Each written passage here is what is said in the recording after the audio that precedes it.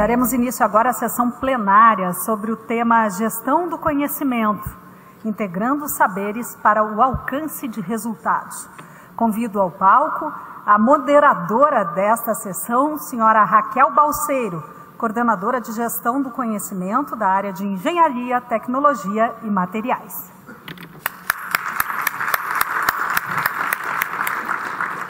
E o palestrante, senhor Marcos Bezerra Cavalcante, coordenador do Centro de Referência em Inteligência Empresarial da COP, o FRJ.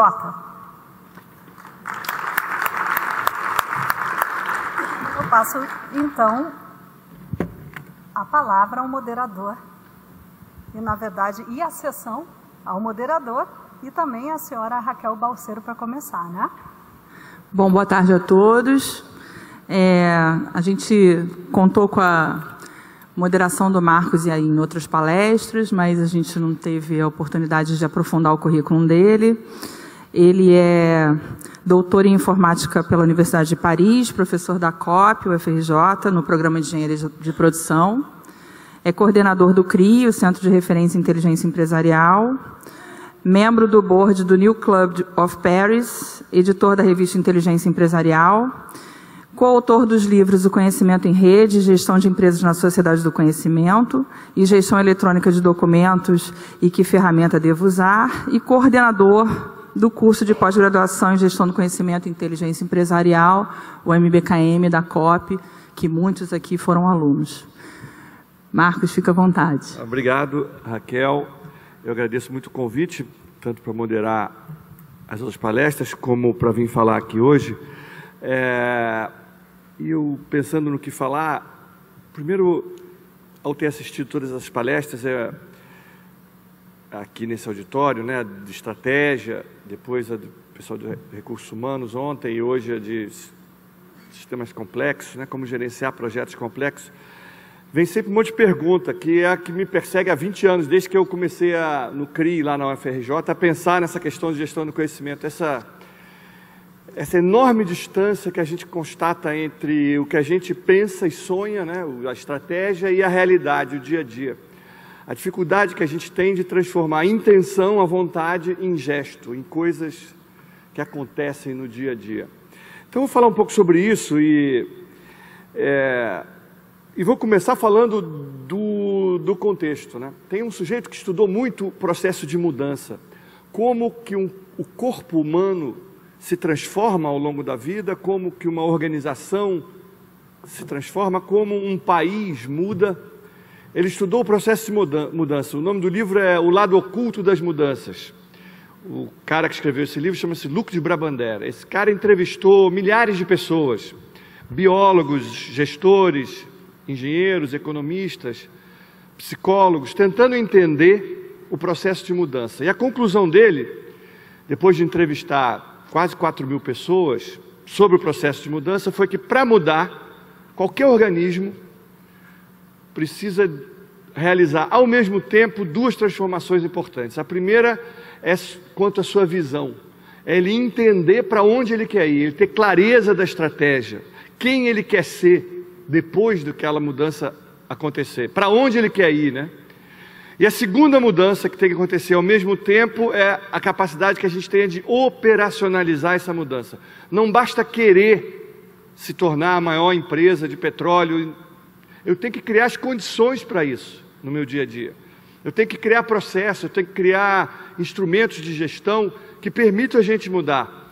Eu fui casado com uma pessoa que fumava e queria muito parar de fumar. E foi ela que me indicou esse livro, O Lado Oculto das Mudanças. Foi depois que ela leu esse livro que ela conseguiu parar de fumar. Porque ela entendeu que não bastava a vontade dela, ela tinha que ser capaz de operacionalizar a mudança. Então ela ligou para todos os amigos dela que fumavam e dizia assim: olha, nos próximos 6 meses eu não quero cruzar na rua com nenhum de vocês, porque se eu sentir o cheiro da nicotina, vai me vir a vontade de eu fumar. Então, se eu estiver andando pela mesma calçada que você, por favor, atravessa a rua e não me cumprimenta. Ela deixou de frequentar os bares que ela ia, de tomar um cafezinho dela, ela começou a fazer yoga, correr na praia, mudou os hábitos, mudou o dia a dia, criou outros processos, outros hábitos, aí ela conseguiu mudar. Não basta querer mudar. A empresa pode dizer que quer inovar, mas eu tenho que criar as condições para isso. No dia a dia, os indicadores que eu vou analisar. Então, o primeiro passo para mudar é entender que mundo é esse. Aonde que está inserida a empresa, depois eu dentro da empresa, por isso que eu vou chegar no terceiro ponto, e eu, e cada um de vocês aqui com isso. Bom, que mundo é esse? Eu queria fazer uma pesquisa rápida. Qual o país que é líder em pagamento por celular? As pessoas pagam usando o celular, tá? Botei um país de cada continente. Então vou perguntar aqui, por favor, levante o braço. Quem acha que os Estados Unidos é o país onde tem mais pagamento por celular? Ninguém? Brasil. Um monte de gente. Alemanha. Uma pessoa, duas. Depois do 7-1, ninguém quer mais votar na Alemanha. Catar. Ninguém. China. Opa, China e Brasil são os fortes candidatos. Quênia. Quem votou em Quênia tem que ganhar um livro aqui de presente, porque é o Quênia. Surpreendentemente, um país africano, não tem banco, não tem telefone fixo, ninguém espalhou cabo por lá, e exatamente por isso pôde dar o salto mais rápido que todo mundo. Não tinha uma estrutura velha, arcaica, com interesses que não queriam mudar. Banco no Brasil, ou cartão de crédito no Brasil, que é muito forte, o sistema financeiro, não quer que a gente possa pagar a conta com celular. Isso vai reduzir o custo, vai reduzir a receita deles. Tem gente que não quer que isso aconteça. Tem uma infraestrutura, tem uma... né? Então, a mudança para acontecer, eu tenho que operacionalizar ela. Tem gente que não quer que as coisas aconteçam. A nossa cabeça é o principal empecilho para a gente mudar. Porque a gente tem que entender que mundo que a gente está vivendo. Sabe uma notícia há 1 mês ou 2 meses atrás que passou desapercebida por muita gente? Que foi o fato de que a gente há 2 anos reduziu o IPI de automóvel, aumentou em muito a venda de automóvel no Brasil, o engarrafamento nas grandes cidades aumentou, poluição, todas as consequências advindas disso, o tempo que a gente leva para chegar no trabalho, mas se vendeu carro como nunca nos últimos 2 anos. Qual foi o impacto disso no PIB? Disso e dessa indústria que tem consequência, tem fornecedores, tem um monte de coisa em volta? Foi nada. O IPI menor de automóvel nos últimos 2 anos gerou um incremento de 0,02% no PIB e de 0,04% no PIB, no emprego. Na década de 60 do milênio passado, não foi assim. A introdução da indústria automobilística no Brasil provocou um crescimento gigantesco no PIB. Qualquer demissão de funcionário no ABC era uma confusão danada, o país parava. Hoje, o impacto disso no PIB é 0,02% e no emprego, 0,04%. Mesmo a classe C, os emergentes da classe C, 65% do orçamento deles não vai para consumir produtos, mas serviços. Não é para comprar feijão, arroz e farinha, mas serviços hoje no Brasil é mais de 70% do emprego e mais de 60% do PIB. Não é a indústria que comanda mais. Nós não vivemos mais na sociedade industrial, em resumo. Nós não vivemos mais na sociedade industrial. Aquele mundo do Carlitos, da fábrica, acabou, gente. Eu não estou falando de futuro, que daqui a 10 anos, eu estou falando de hoje, em 2014, o impacto da venda de automóvel na economia brasileira é de 0,04% no emprego e de 0,02% no PIB. E as pessoas consomem serviços muito mais do que produtos. E 75% do trabalho no Brasil está no setor de serviços. E olha que vocês, Petrobras, com seus... quantos funcionários? 60 mil? 70 mil? 80 mil? Estão incluídos dentro do setor indústria, na pesquisa IBGE. Mas quantos de vocês metem a mão na graxa ou no óleo? E quantos de vocês trabalham em escritório, num trabalho efetivamente de serviço, de intensivo em conhecimento, não em matéria-prima, mão de obra? O mundo é outro. Nós não vivemos mais no mundo que a nossa cabeça pensa que existe. São as exportações americanas de bens tangíveis e intangíveis. Hoje, 60% das exportações americanas são de bens intangíveis. Um bem tangível é tudo aquilo que eu consigo segurar na mão. um bem intangível, eu não consigo segurar na mão. É software, produtos da indústria cultural, filme, música, programa de televisão, consultoria, pagamento de royalties, serviços financeiros, saúde, educação, serviço. 60% das exportações americanas hoje não precisam pegar navio, não andam de avião e nem vão de caminhão. A infraestrutura que qualquer país que queira viver no século XXI precisa ter, além da infraestrutura física, de ter porto, estrada e aeroporto, é de comunicação. Porque mais da metade da riqueza não vai circular pelos meios de transporte tradicionais, vai circular via satélite, pelo cabo de fibra ótica, e não mais de caminhão. Isso quer dizer que a gente não precisa construir porto, estrada e aeroporto? Claro que não. O Brasil está atrasado nisso. Só que basear nossa estratégia de desenvolvimento para o século XXI na construção de porto, estrada e aeroporto é estar olhando para o século XX, é estar olhando para o passado, para o milênio passado, não é só o século passado. Nós estamos fazendo parte de uma geração privilegiada. Nós não só vivemos em 2 séculos diferentes, o século XX e agora o século XXI, como nós vivemos em 2 milênios diferentes, os 1000 e alguma coisa e agora os 2000 e alguma coisa. No milênio passado, era a indústria que predominava. No milênio passado, eram os bens tangíveis que guiavam a economia. No milênio passado, os fatores de produção que eram chave para qualquer país crescer e se desenvolver, a terra, capital, trabalho, energia e matéria-prima. Hoje não é mais assim, mas já foi assim. A gente já viveu num mundo onde terra era o principal fator de produção. Os caras mais ricos e poderosos do mundo, na época que o Brasil foi descoberto, em 1500, eram os donos de terra, eram os latifundiários, eram os senhores feudais na Europa. Se a gente vivesse naquela época, em 1500, a gente ia ter uma série de crenças, de valores, a gente ia acreditar em um monte de coisa. Se a gente vivesse naquela época, a gente ia acreditar, por exemplo, que a terra era plana, que quando o cara saísse de barco, se ele se afastasse muito da costa, ele ia cair num precipício. E que o Sol rodava em torno da Terra. E se a gente vivesse naquela época, a gente ia não só aplaudir a igreja, como a gente ia para a rua, exigir que o Galileu e o Giordano Bruno, 2 hereges que diziam que a Terra era redonda e que rodava em torno do Sol, a gente ia exigir que eles fossem para a fogueira, porque eles estavam falando barbaridades, coisas que a gente não achava que era verdade. A França e outros países viveram uma revolução. A Revolução Industrial tirou a França, depois a Inglaterra, os Estados Unidos, da era agrícola, da era feudal e aristocrática e colocou ela no mundo industrial.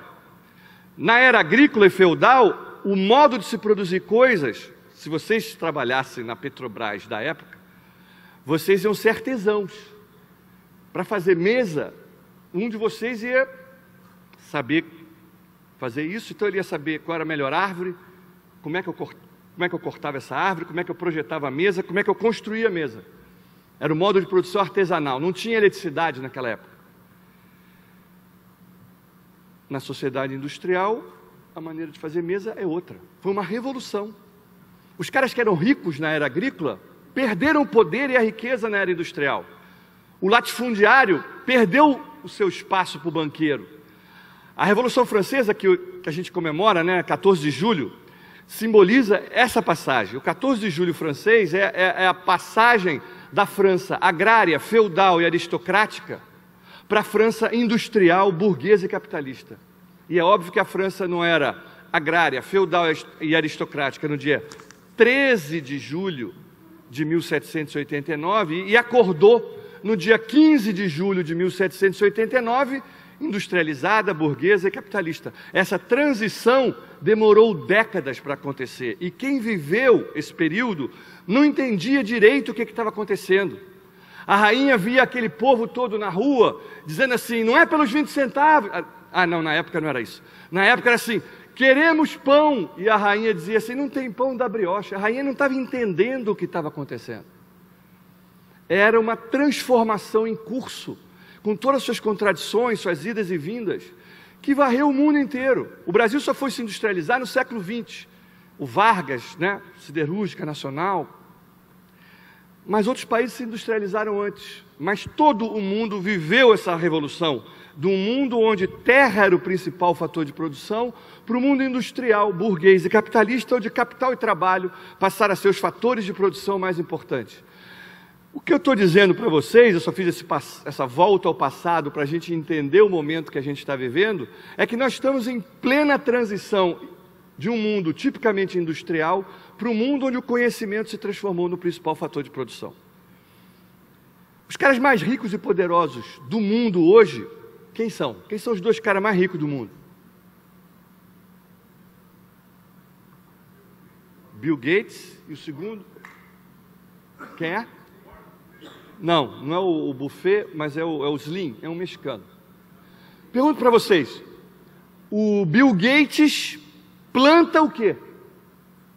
O Bill Gates fabrica o quê? O Slim não planta nem fabrica nada. Os caras mais ricos do mundo não plantam nem fabricam nada. Eles estão lidando em indústrias intensivas de conhecimento. É o principal, não quer dizer que é o único fator de produção, mas é o principal, é o que cria mais riqueza hoje. Não é ser dono de terra, nem banqueiro. Não tem nenhum banqueiro entre os caras mais ricos do mundo, olha que curioso. Mas na nossa cabeça, banqueiro ainda é o símbolo do cara com dinheiro. Não é mais. Não é mais. Tem outros caras ganhando mais dinheiro que eles. Porque o mundo é outro. Mais da metade da riqueza do mundo hoje não vem da terra, do capital, do trabalho, da energia, da matéria-prima, vem do conhecimento e da capacidade que eu tenho de usar isso para criar valor. A Embraer, que vocês viram a palestra aqui hoje, ela terceiriza a fabricação de um monte de pedaços do avião. Um faz na Espanha, outro não interessa, o conhecimento está aqui. E é isso que explica que ela se apropria da maior parte do valor que ela gera. Fabrica onde é mais barato, isso não tem a menor importância no mundo de hoje.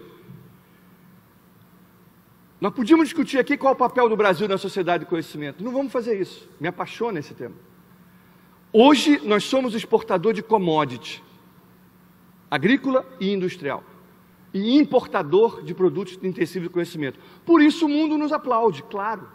Nós estamos fazendo o que o mundo espera. Vocês vendem para nós o que a gente não pode produzir, que é soja, café, aparelho celular, carro, e comprem da gente tecnologia, paguem royalties, porque isso é que tem mais valor agregado. Eu acho que a gente pode ousar outras coisas. Vocês e a Embraer são dois exemplos do Brasil que eu gostaria de ver no século XXI. Um Brasil onde a gente valorizasse o conhecimento, a educação, que botasse todo mundo na escola em 5 anos, como a Coreia fez. Que a educação de fato fosse... Isso é a revolução que o Brasil precisa. O resto é perfumaria. Entra um, sai outro e nós vamos continuar atrasados, porque nós vamos estar atacando o principal, porque nós não estamos entendendo o mundo que a gente está vivendo. É outro mundo, nós não estamos vivendo uma era de mudança, nós estamos mudando de era. E isso implica em um monte de coisa. Implica que a gente tem que mudar o nosso mindset, implica que eu tenho que mudar meu dia a dia em um monte de coisa. Muitas empresas morrem não porque elas façam coisas erradas, porque elas vão continuar fazendo a coisa certa por um tempo longo demais. Eu, quando tinha 17 anos, a minha mãe queria que eu fosse funcionário público. E aí ela me inscreveu num curso, porque todo funcionário público tinha que fazer uma prova de datilografia, para quem não se lembra. E ela me matriculou num curso de datilografia. Eu tinha que passar, eu tinha que ter não sei quantos toques por minuto para poder ser funcionário público. Ela queria fazer a coisa certa, ela me matriculou no curso de datilografia. Alguém aqui está pensando em... Meu pai, para eu poder tirar minhas dúvidas, ele comprou a enciclopédia Barça para mim. Porque quando eu tinha dúvida... Alguém aqui está pensando em comprar a enciclopédia Barça para o seu filho? Era fazer a coisa certa, mas o mundo mudou, gente. Não é mais. Era fazer a coisa certa, pedir para as pessoas anotarem tudo no papel. Eu tenho uma filha de 21 anos de idade. Eu dou aula para garotos de 20 a 23 anos de idade. Eu faço uma pesquisa com eles para saber os hábitos, como eles usam o tempo deles numa semana. Quanto tempo eles passam estudando, andando de ônibus, lendo jornal, se divertindo, indo para a noite. Até 2007, o percentual de garotos da UFRJ que fazem engenharia, que liam um jornal pelo menos uma vez por semana, era de 10%. A partir de 2007, não sei exatamente por quê, eu tenho minha desconfiança, que a banda larga chegou com força no Brasil, esse número é de 0. Nenhum estudante da UFRJ, do curso de engenharia, lê 1 minuto de jornal de papel por semana. É 0. Eles não pegam num jornal de papel, numa revista, não pegam. E não são menos informados por causa disso. Outros hábitos. Esse cara vai chegar aqui na Petrobras e vocês vão querer que eles trabalhem como? Em que ambiente? O mesmo que eu trabalhei há 20 anos atrás, aí vamos botar eles no curso de datilografia. Porque é o que a minha mãe fazia, fez comigo. Eu vou querer que minha filha agora, Júlia, vai fazer prova de datilografia. Nem que ela quisesse, eu acho que ela ia achar um lugar com curso de datilografia para comprar a Barça. É outro mundo. A economia mudou. Eu tenho que entender como é que funciona essa história de conhecimento. E eu já percebi que tem muita confusão. Vocês têm um especialista aqui na mesa, Raquel. Outros aí no plenário. E essa confusão é muito comum. As pessoas confundem informação com conhecimento. Conhecimento explícito, para mim, é sinônimo de informação. Quando eu consigo colocar no papel, que nem essa receita de quindim, eu tenho informação e conhecimento explícito. Para mim não faz o menor sentido vocês falarem de portal do conhecimento. Eu não consigo colocar no computador conhecimento, pelo menos não conhecimento tácito. O que eu boto lá é conhecimento explícito, é informação. A minha avó fazia quindim, e eu via minha avó fazendo quindim. Ela deixou a receita do quindim para minha mãe, que não é essa. Quem quiser, depois eu passo. Ela deixou o livro de receita para minha mãe. E eu via minha avó fazendo quindim, ela ficava assim, ó, misturava o coco com a gema do ovo, falava assim, Gilda, tá faltando coco. Aí minha mãe falava assim, mas eu botei 20 gramas, 75 gramas de coco. Está faltando coco. Ela não sabia explicar como que ela sabia que estava faltando coco, mas ela sabia. Isso é conhecimento. Isso é conhecimento tácito, ou conhecimento stricto sensu. A pessoa sabe fazer. Ela pode até não saber explicar, explicitar aquilo, mas ela sabe fazer. É diferente esses dois tipos de conhecimento. O explícito eu boto no papel. Esse tácito eu não consigo colocar. É o mecânico que ouve o barulhinho e diz assim, é a rebimbela da parafuseta. Como é que você sabe? Olha o barulho. Eu falei, eu não estou ouvindo nada. Mas ele está. Ele sabe. E como é que eu sei que ele sabe? Porque ele comprova na prática. Ele vai lá e faz o quindim. Ele vai lá e conserta a máquina. Não é porque ele diz que sabe. É porque ele vai lá e faz e é constatável. Eu consigo constatar que o cara sabe. Essa é a diferença. O implícito o que é? As pessoas confundem às vezes conhecimento tácito com conhecimento implícito. O conhecimento tácito eu não consigo explicitar. Ou vai demorar muito para isso. O máximo que eu posso fazer é colocar alguém colado do lado durante anos para ver como é que aquele cara faz quindim. E aí eu vou descobrir, pô, você dá uma batidinha assim, vó Beatriz. Na hora que você bota a massa do quindim na forma, você dá uma batidinha, não está na receita a batidinha. Ah, é para não colar. Ah, tá. Aí eu explicito, eventualmente, coisas que nem minha avó tinha consciência que fazia. Pela observação, porque eu estou do lado dele. O implícito não é isso. O implícito é um conhecimento que eu não explicitei, mas eu posso explicitar. O caminho daqui, do Centro de Convenções da Sul América, até minha casa, na Rua Belisário Távora, em Laranjeiras, não está escrito em lugar nenhum. Mas eu posso desenhar aqui para vocês e vocês vão chegar lá na minha casa. É explicitável. Tem muito conhecimento implícito dentro das empresas. E para mim é por onde vocês deviam começar a trabalhar. Na hora que pensa a gestão do conhecimento, é identificar esses tipos de conhecimento. Isso é muito concreto e permite a gente avançar muito mais rápido do que a gente pensa. Fez um trabalho de organizar as comunidades de conhecimento da Odebrecht Engenharia, que foi exatamente isso, é o conhecimento implícito. O conhecimento estava, a gente, está na cabeça, não está. Uma parte do conhecimento está na cabeça, mas a outra é simplesmente sentar e conversar com ele, que ele vai te dizer como é que ele faz. E aí você vai poder explicitar esse conhecimento que é implícito. Quem se interessar, depois a gente pode conversar mais sobre isso. A outra questão, então, é assim, entender a lógica da economia do conhecimento, que não é a mesma da lógica da economia industrial. Eu só estou com uma nota de R$50 aqui, mas eu só sou convidado para essas palestras, porque tem um momento desse evento que eu sempre distribuo o dinheiro. Infelizmente, eu só tenho uma nota de 50, eu vou compartilhar com a Cláudia. Se eu compartilhar capital, eu empobreço. Compartilhar os fatores de produção tradicionais empobrece quem compartilha. Se vocês compartilharem, se a Petrobras compartilhar a matéria-prima, o petróleo, com a Venezuela, o Brasil vai ficar mais pobre e a Venezuela vai ficar mais rica. Se Furnas compartilhar energia com o Paraguai, Furnas vai ficar mais pobre e o Paraguai vai ficar mais rico. Não tem, talvez, é assim. Com conhecimento, não é assim. O fato de eu compartilhar com vocês tudo que eu sei aqui hoje sobre sociedade do conhecimento, economia do conhecimento, não vai me fazer sair mais pobre de conhecimento. Ao contrário, eu sempre me enriqueço cada vez que eu venho falar em algum lugar. Mesmo que vocês não falem nada, que vocês não me perguntem nada, eu vou aprender alguma coisa, eu vou saber que a palestra está ruim, ninguém está participando, as pessoas não reagiram. Eu já vou sair sabendo mais coisas.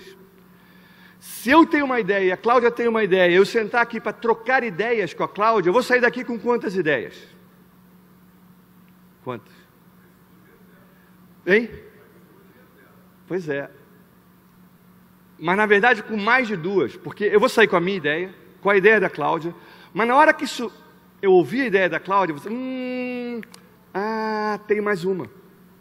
Eu vou sair com 3 ideias, e ela que é mais inteligente que eu, vai sair com 5 ideias. Ela chegou com uma, eu cheguei com uma, a gente trocou ideias, eu vou sair com 3, a minha, a dela e uma outra que eu descobri, e ela vai sair com 5. Que loucura! Com dinheiro não é assim, então eu vou pegar de volta o dinheiro. Mas com conhecimento é. A lógica é outra. Quanto mais eu compartilhar, mais eu sei. Como é que vocês acham que eu me informo sobre o que acontece nessa conversa aí de gestão do conhecimento? Vocês acham que eu passo 8 horas por dia na internet pesquisando os artigos que saem? Impossível. Tem uma lista do CRI, que se vocês quiserem participar, é só me mandar um e-mail e vão participar, que hoje tem mais de 12 mil pessoas. Todo dia de manhã, quando eu abro meus e-mails, tem pelo menos 10 mensagens dessa galera dizendo assim, professor, já viu esse artigo que interessante? Olha esse vídeo que legal. Olha esse evento que vai ter, olha esse curso. Eu pego as melhores coisas que eu vejo aí e devolvo para a lista. Com isso, 12 mil pessoas estão mutuamente se mantendo atualizadas sobre um assunto. Se vocês não participarem de alguma rede relevante, vocês vão ficar desatualizados. Não é possível nenhum profissional, médico, engenheiro, psicólogo, qualquer um, se manter atualizado como o mundo de hoje exige, sem participar de rede. Rede é fundamental. Quando eu vejo empresas, não sei como é que é aqui na Petrobras, que proíbem, dificultam o acesso da pessoa no ambiente de trabalho às redes sociais, eu falei assim, esse cara está no século XX. Ele ainda não entendeu. Mas o cara vai passar 8 horas por dia no Facebook. Problema do educação de cada um. Você não está cobrando o trabalho do cara, porque se ele tem tempo para passar 8 horas no Facebook, alguma coisa está errada. Os seus indicadores estão medindo coisas erradas. Você não está medindo o desempenho do cara. Vocês estão medindo se o cara está lá 8 horas por dia, é isso? É o cartão de ponto que conta? Ou é o desempenho do cara, o que ele entrega? Se vocês estão medindo o cartão de ponto, vocês estão no século XX. Medindo coisas que não tem nada a ver com o resultado do cara. Vocês viram o cara da Embraer falando aqui? Tem um planejamento, cada um tem que entregar. Eu sei quando o cara está atrasado. Se ele vai para Paris amanhã, é problema dele. Se ele no dia 30 me entregar o que tem que te entregar dia 30... Administre o seu tempo do jeito que você quiser. As pessoas têm que parar de paternalizar a relação. As pessoas têm que ter discernimento. E se não, vão ter que aprender a gerenciar o seu próprio destino, seu próprio tempo.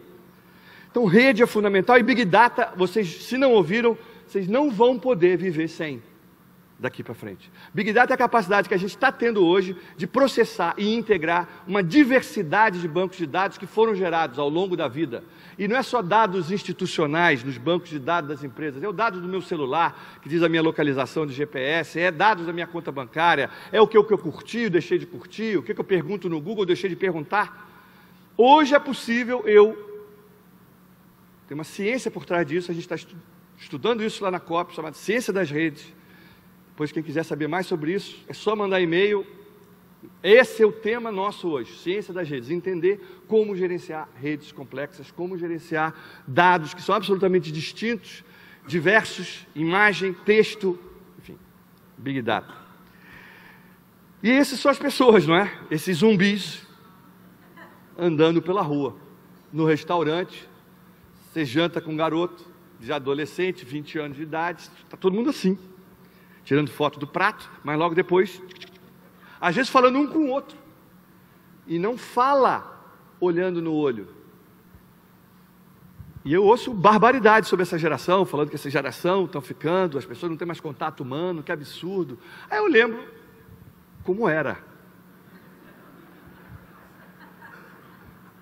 Se vocês me mostrarem essencialmente aonde está a diferença,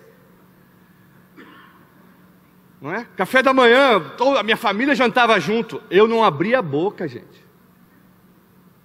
Meu pai, minha mãe, todo mundo lá. O que o meu pai falasse é o que a gente...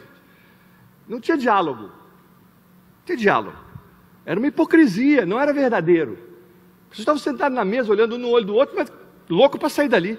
Na festa de Natal da minha família, eu nunca me esqueço disso, eu devia ter uns 10 anos de idade, sentei do lado da minha tia, falando com a outra tia assim, aquela ali, que jararaca, que roupa horrorosa. Aí chega a mulher, que vestido lindo! Era esse mundo da hipocrisia. Eu não tinha como... A gente está entrando num mundo que eu acho que é mais verdadeiro. Não é verdade que essa geração não tem capacidade de concentração. Não é verdade, eu dou aula para esses caras. As pessoas dizem, não consegue passar mais que 10 minutos concentrado. A minha filha fica jogando 8 horas seguidas com capacidade de concentração absurda. Fala, Júlia, sai daí, vamos almoçar. Não, peraí pai, estou acabando aqui, vou passar de nível. Concentração total. Não tem concentração naquela aula chata, que o cara fala barbaridades, que ele está tudo no livro. Não tem nenhuma novidade, né? Então, assim, o que tem valor? A gente está aqui numa mesa que fala assim, é conhecimento, integrando o conhecimento para criar valor. Então, eu queria discutir um pouquinho agora. Vamos falar do que é conhecimento, né? O que eu acho que é conhecimento, diferenciar conhecimento explícito e informação de conhecimento ou conhecimento tácito. E eu queria falar um pouquinho de valor. A gente tem a ideia, que os economistas difundem muito, que as coisas têm valor. Um apartamento no Leblon vale de 3 quartos, quantos milhões de reais? Copo d'água, R$2. Coca-Cola, R$5. Às vezes é surreal, mas é preço. O Banespa foi privatizado em 2000. O Banco Central avaliou o Banespa em 1,850 bilhão, faltou 3 zeros aí. O Bradesco, na hora que abriram os lances desse leilão, que foi mandando por carta, o Bradesco tinha feito uma proposta de 1,860 bilhão, Unibanco de 2,1 bilhões e o Santander que ganhou 7 bilhões. Pergunto para vocês, quem avaliou certo? Quem avaliou corretamente o Banespa? Quanto que valia o Banespa? O que vocês acham? O que você acha? Vou perguntar aqui. Como é que é o seu nome?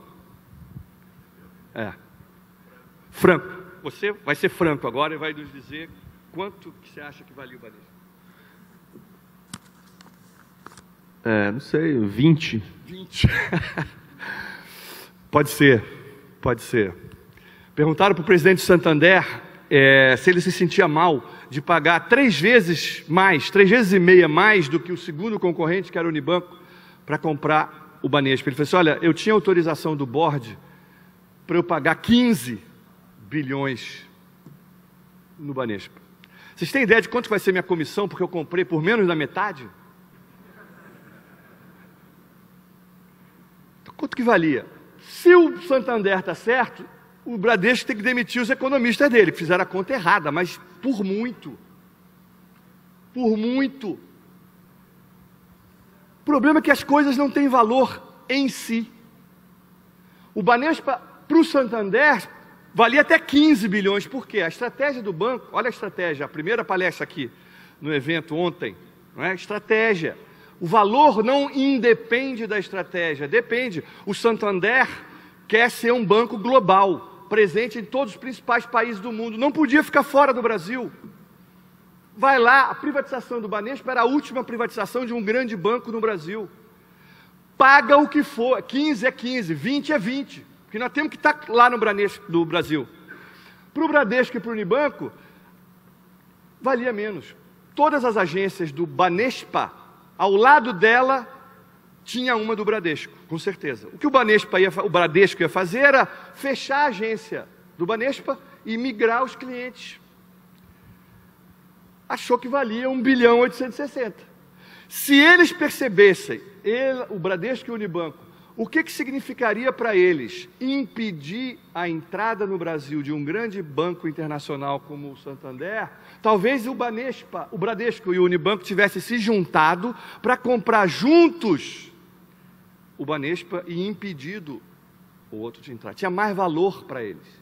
Então o valor depende do contexto, depende da sua estratégia. O valor de um copo d'água depende. Estou no deserto, não tem água perto ou está cheio de água?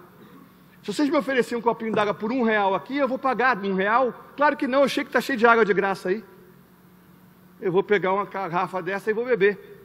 Depende do contexto. Não existe... Quanto que vale o pré-sal? Depende.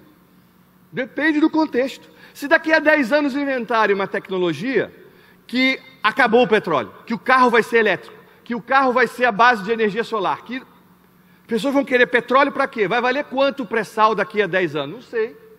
Depende. No contexto atual, dentro da determinada visão estratégica, vale X. Daqui a não sei quanto, vale não sei quanto. Depende. Depende do contexto. A gente tem que ter clareza disso. Valor não é uma coisa intrínseca, que está colado como uma característica daquela coisa. O valor sempre depende de para quem. Essa pergunta é chave. E quando, né? Então, isso aí sou eu. Vamos pensar agora como é que a gente constrói conhecimento. O que é que eu faço com isso, né? Nessa idade, quando eu tinha dúvida, eu tinha 3 possibilidades para sanar a minha dúvida. Perguntar para a professora, perguntar para o meu pai, para a minha mãe, e a terceira, já falamos dela aqui, era o quê? Consultar a Barça. Quando vocês têm dúvida, vocês perguntam a quem? Pois é. Pois é. Se um professor faz uma pergunta que a resposta está no Google, a pergunta está errada, gente. Aí a gente briga com os alunos, não presta atenção. Gente, mas eles não são trouxa. Quem descobriu o Brasil? Para que o cara vai decorar isso, gente? Quantos afluentes tem o Rio Amazonas? Os da margem direita quais são? E a Revolução Francesa foi que dia? Espera aí.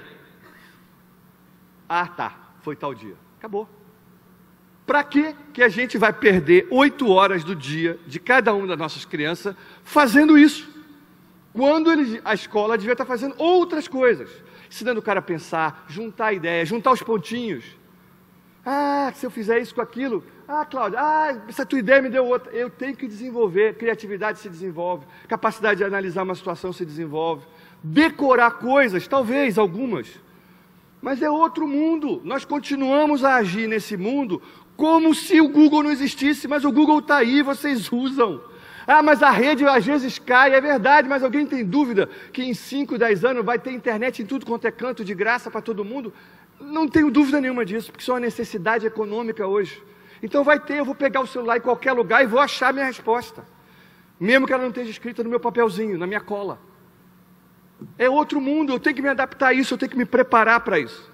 Tem que ter outro tipo de profissional. Vocês vão ter que ser outro tipo de profissional. E se continuarem a cobrar de vocês as atitudes antigas, vocês até façam, mas saibam que vocês não estão se preparando para ser um profissional valorizado nos próximos 5, 10 anos. O cara que estuda muito isso é um inglês chamado Ken Robinson. Quem não viu o vídeo desse cara ainda, no YouTube, no TED, veja. Ken como o namorado da Barbie, K-E-N, Robinson. Esse cara fala, um vídeo que é famoso, essas escolas matam a criatividade. Eu vou contar algumas historinhas que ele fala no vídeo. A primeira historinha que ele conta é sobre uma menina de 6 anos de idade que não parava quieta na sala de aula. A professora deu um exercício que era fazer um desenho livre, e a menina ficou lá 20 minutos entretida fazendo o desenho, concentrada. A professora achou estranho, como é que ela ficou 20 minutos quieta, concentrada, fazendo alguma coisa. Perguntou: o que você está desenhando aí? Ela falou assim: eu estou desenhando Deus, professora. Ela falou assim: mas você está maluca? Assim, ninguém sabe como é Deus. Como é que você está desenhando Deus? E a menina respondeu: guarde que a senhora vai ver. Eu vou voltar a essa história daqui a pouco. Eu vi um filme há uns 7 anos atrás, que eu saí do cinema completamente impactado. Fui com a minha filha, na época ela tinha 14 anos de idade, era a idade dos personagens desse filme, chamado Pro Dia Nascer Feliz. É um documentário sobre educação no Brasil, do João Jardim, que relata a realidade das escolas brasileiras, públicas e privadas, no nível médio, basicamente. O filme começa com uma menina de Chapuri, eu acho que é Chapuri, no interior de Pernambuco, cidade muito pobre, e a menina lendo uma poesia. Quando acabou a poesia, eu falei: pô, que linda essa poesia. A menina tinha 12 anos de idade. Ela deve estar lendo decorou a poesia da Cecília Meirelles, sei lá.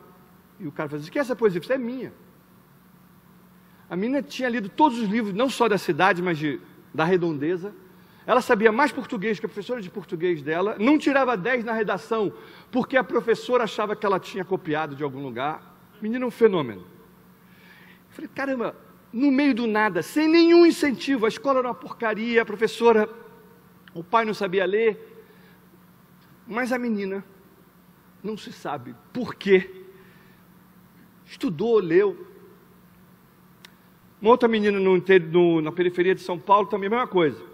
Ela começou a fazer poesia porque ela tinha um problema. Depois eu fui estudar a vida dessas meninas, o filme não mostra tudo isso, para entender, né, quem eram os personagens. E conversei com o João Jardim, que é meu amigo no Facebook, mas enfim, sobre esses personagens. E essa menina de São Paulo, ela tinha um problema em casa. A mãe dela, o pai abandonou a família quando ela tinha 3 anos de idade, a mãe se casou outra vez, e o padrasto dessa menina vivia tentando, assediava ela sexualmente, enfim. Essa menina começa o filme dando uma entrevista: eu queria me matar. Eu só não me matei, porque a vida na casa dela era um inferno, por causa da minha professora de português, que vale a pena eu fazer um parênteses, porque eu acho que esses personagens a gente tinha que conhecer, né? A gente conhece um monte de personagens da história do Brasil, a gente sabe quem foi o presidente do Senado, por exemplo, dispenso comentários sobre quem ele é, e a gente não conhece essa professora de português dessa escola pública lá do interior de São Paulo, da periferia de São Paulo. Essa mulher tinha que dar, essa professora, ela tinha que dar no currículo, lá estava previsto que ela tinha que dar os românticos, escritores românticos brasileiros, José de Alencar. Tinha que fazer os alunos lerem Lucila, de José de Alencar. A chance do Lucila, de José de Alencar, com aquela linguagem toda rebuscada, e interessar a um jovem da periferia de São Paulo era 0. A professora sabia disso, chegou na sala de aula. Qual é o assunto que interessa um garoto de 13 a 15 anos, uma menina de 13 a 15 anos? O que está borbulhando, literalmente, dentro do corpo dessas pessoas? Hormônios. Começa a nascer cabelo, não é? O peito da menina começa a crescer. É sexo. A professora: hoje nós vamos falar sobre sexo. Tumulto na sala de aula, confusão. E a professora queria entender como é que as pessoas namoram, como é que vocês namoram. E as pessoas começaram a falar o que era ficar, namorar, pegava na mão, não pegava na mão. Acabou a aula. No início as pessoas discutiam isso timidamente, depois começaram a conversar sobre isso, né? A professora falou assim: legal, eu queria agora saber o seguinte: como é que o seu avô namorava? Alguém aqui sabe como é que era o namoro do seu avô? Não, nunca conversamos sobre isso. Então eu vou pedir para vocês perguntarem para os seus avós como é que era namorar. E aí na aula seguinte, as meninas chegaram lá de 15 anos contando o que os avós tinham dito. Uma, por exemplo, falou que: poxa, olha que engraçado, gente, a minha avó falou que nunca ficou nua, nem para tomar banho, ela tomava banho de hobby. O meu avô falou que ele foi, quando conheceu minha avó e convidou ela para ir ao cinema, que ele botou o braço assim na cadeira, no braço da cadeira, a minha avó também, e aí ele encostou o braço dele no braço da minha avó, e aí ele botou a mão em cima da mão da minha avó. Ele falou que nessa hora, e a minha avó e a avó dele não tirou o pé, a mão. Não tirou a mão. Ele falou que meu coração veio na boca. Na hora que eu consegui, eu botei minha mão em cima da mão da sua avó e ela deixou a mão. Eu senti que ela palpitava, que eu palpitava, que era um negócio louco. Aí todo mundo começou a rir, claro. Para aqueles garotos, adolescentes, que loucura, botou a mão, professora. Pois é, olha como é que eles falavam. Aí pegou um trecho da Lucila. Olha como é que eles falavam para o outro. O seu coração me faz palpitar e não sei o quê, papapá. Então vamos fazer o seguinte, vamos ler agora como é que era namorar na época dos seus avós. Então vocês vão ler agora a Lucila de José de Alencar. E os garotos devoraram o livro. Eu gosto desse exemplo porque ele é simples sobre o papel, sobre a minha profissão, no fundo. Desculpe. Que é motivar as pessoas, é despertar as pessoas, não é ensinar. Ninguém ensina nada a ninguém, as pessoas aprendem quando elas estão afim, quando elas precisam. E essa professora que ganha uma miséria, certamente, ninguém aqui conhece, vocês conhecem o Sarney, mas não conhecem ela, fez muito mais pelo Brasil, não tem dúvida nenhuma, do que o Sarney e todos os que o precederam e seguiram no presidência do Senado. Então a gente precisa conhecer, é possível. E essa menina que ia se suicidar, não se suicidou por causa dessa professora. Ela falou assim, eu vi essa professora falando coisas na sala de aula que emocionavam meus colegas, faziam eles rir, faziam eles chorar, e eu ficava perguntando assim, será que algum dia eu vou conseguir escrever alguma coisa que emocione meu colega? E a menina começou a escrever e aí extravasava no texto dela tudo que ela não podia dizer para a mãe, tudo que ela queria dizer para alguém, enfim. E essa professora, essa menina depois dá uma entrevista no final, falando que o cara volta lá, depois que ela se formou no nível médio, estava trabalhando numa fábrica, dobrando calça, e suas poesias? Ela tinha um caderno de poesias, lindo, e cadê suas poesias? Ela nunca mais fiz, agora é 1 hora para ir, 1h30 para voltar, eu fico dobrando calça lá o dia inteiro, não tenho mais meus amigos que eu adorava conversar e encontrar lá no colégio, eu parei de fazer poesia e agora ela virou uma operária dobrando calça.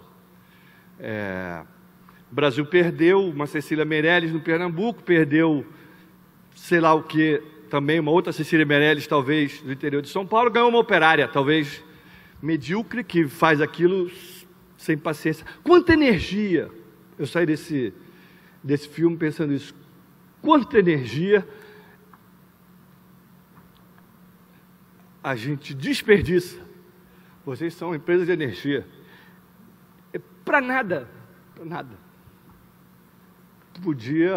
Podiam ser pessoas criativas, podiam ser, mesmo que não fossem escritoras, iam ser professoras, alguma coisa, mas não vão ser nada, porque a gente não abriu as condições para isso, não criou um ambiente favorecendo isso. O Ken Robinson fala isso da escola, o papel da escola que é fundamental nesse processo. E o último exemplo que ele dá é dessa Gillian Lynne, que é coreógrafa de Cats, e ele começou a entrevistar pessoas famosas para entender como é que elas eram na infância. Ele estava convencido, e eu estou também, que é nesse momento que é chave para a gente definir o futuro das pessoas, né? Se ela vai gostar de estudar, se ela não vai gostar de estudar, etc. E essa Gillian Lynne, quando ela tem hoje 70 anos de idade, então, em 1950, ela tinha 10 anos de idade, e a mãe dela foi chamada pelo diretor da escola para dizer o seguinte, olha, sua filha não presta atenção na sala de aula, não para quieta, ela vai ser reprovada, a senhora tira a sua filha da escola, e eu aconselho a senhora a procurar um psiquiatra, porque a sua filha tem algum problema.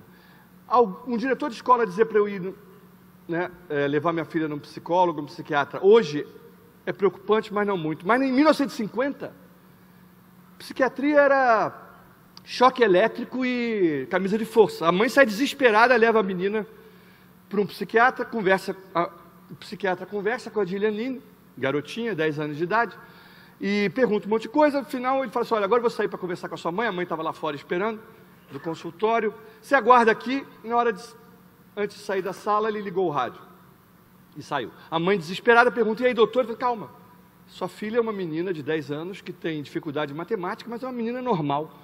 Ela tem dificuldade em matemática, mas pelo que eu pude perceber na conversa com ela, eu perguntei o que a apaixonava, e ela disse que eu percebi que era música. Os olhinhos dela brilhavam na hora que ela falava de música, de dança. E aliás, a gente vê aqui, pela janelinha da porta do consultório, viram lá dentro a menina dançando. Ele saiu da sala, ligou o rádio, botou uma música, a menina na mesma hora começou a dançar. E aí o Ken Robson perguntou: e aí, o que a sua mãe fez? Ela perguntou para o doutor: o que eu faço, doutor? Eu falei: se fosse a senhora, matriculava ela numa escola de dança. E aí, o que ela fez? Ela me matriculou numa escola de dança. E aí, Gilianine, o que aconteceu? E aí, quando eu entrei, a Gilianine contando para o Ken Robson, aos 70 anos de idade. E aí, quando eu entrei naquela escola de dança e vi aquelas dezenas de garotos, meninos e meninas, que assim como eu, só conseguiam pensar em movimento, não conseguiam pensar sentada 8 horas por dia numa carteira, ouvindo um professor falar, eu descobri que eu não era burra. Eu descobri que eu tinha potencial. Eu não era bom em matemática, mas era muito bom em música. As pessoas gostavam, aplaudiam, sorriam, ficavam felizes de me ver dançar. E o Ken Robson conclui dizendo assim: olha, hoje está acontecendo a mesma coisa. Alguém está chamando, uma diretora está chamando um pai para dizer que o filho não para quieto, que o filho não tem capacidade de concentração, que o filho tem problema.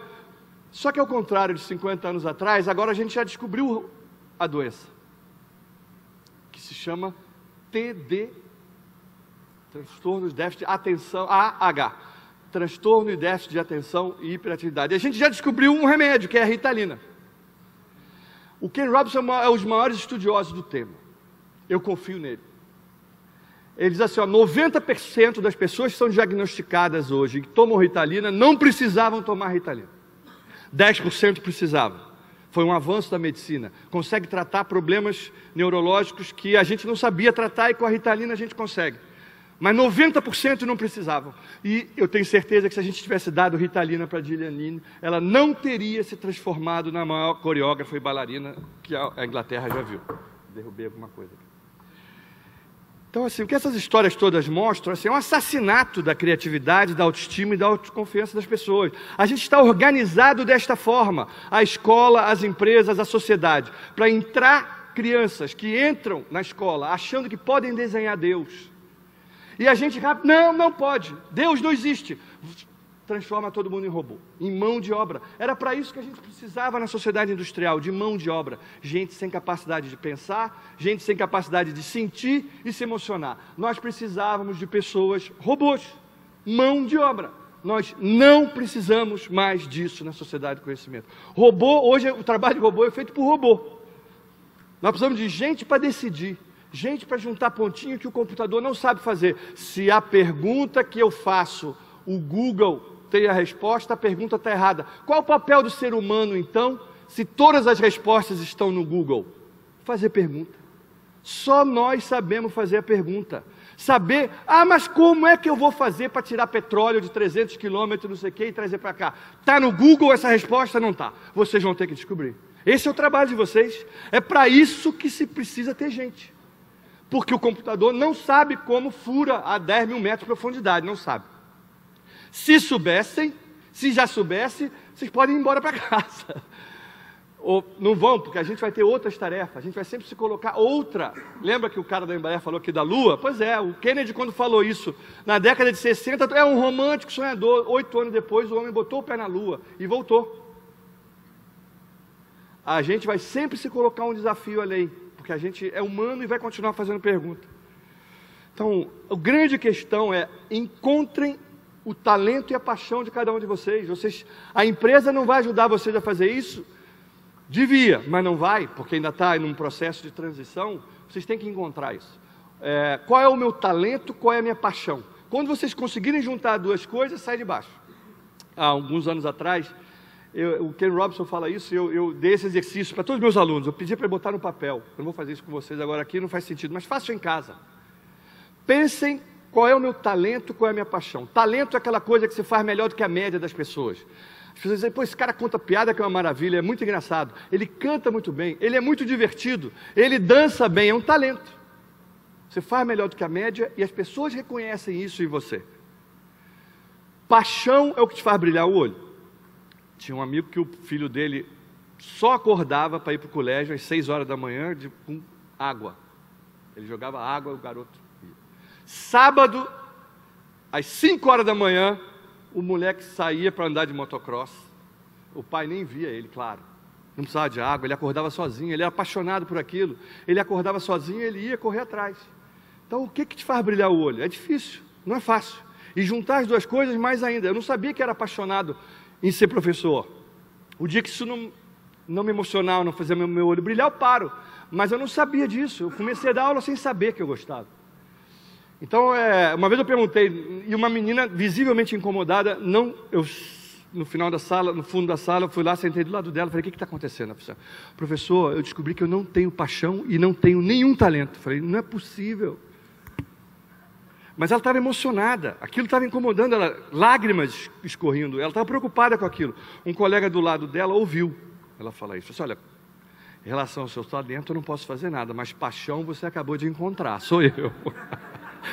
A menina mandou ele tomar naquele lugar, mas eu tenho certeza que depois ela refletiu, porque foi genial. Cá entre nós, rapazes, essa tem que anotar. Uma dessas é uma cantada que tem que guardar no caderninho, porque não está no Google, a não ser que a gente bote, mas vale a pena. Então é isso, encontrar, saber o que você gosta, para você poder se superar e não ser um burocrata, que vem todo dia aqui no trabalho, passa 8 horas por dia aqui enrolando. Eu digo isso para meus alunos, não façam isso. Quem está se prejudicando mais não é a empresa. Meus colegas professores entram em greve. Eu falei, gente, para quê? Isso é brincadeira, às vezes é justificativo, mas 99% das vezes que a gente entrou em greve, a gente nunca entrou na COP, aliás, foi injustificadamente. E eu falei assim, porque... E aí eu faço pior, né? Falei assim, você não veio aqui trabalhar, você não aparece aqui, você faltou não sei quantas aulas, não ganho para isso. Falei, como assim? Brigue para melhorar seu salário, mas assim, faça direito o que você está fazendo. A única chance que você tem de melhorar, de sair disso, se você não gosta daquilo que você faz, faça muito bem aquilo. Porque é a única maneira de alguém reconhecer você e te tirar daí.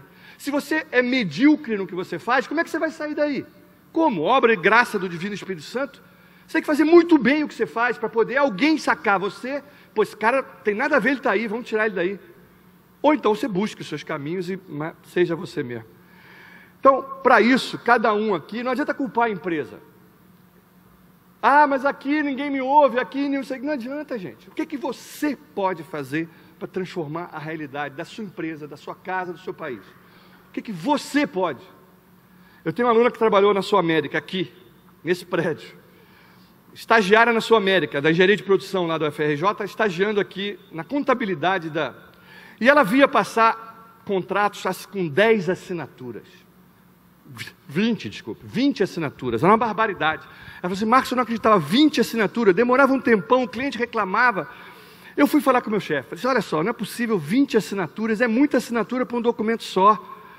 Onde 20 caras assinam, ninguém é responsável, não é? Porque se deu errado, a culpa é do número 2. E o número 2 vai dizer que foi do número 18. E cada um empurra para o outro e ninguém assume a responsabilidade. O chefe falou, não se meta nisso, a lei obriga a ter 20 assinaturas. A menina pesquisou a lei, não obrigava, mostrou para o cara, falou, não tem lei nenhuma que obrigue. Por que você está se metendo? Você é estagiária, não se meta. Sempre foi feito assim. Ela não sossegou, fez um levantamento financeiro de quanto é que aquilo significava, mostrou para o chefe e falou assim, se você continuar insistindo nisso, eu vou te demitir. Para com isso, não é teu papel. Você está aqui para cumprir ordem, faça o que eu te mandei e fim de papo, sossega. Era não conhecer essa menina.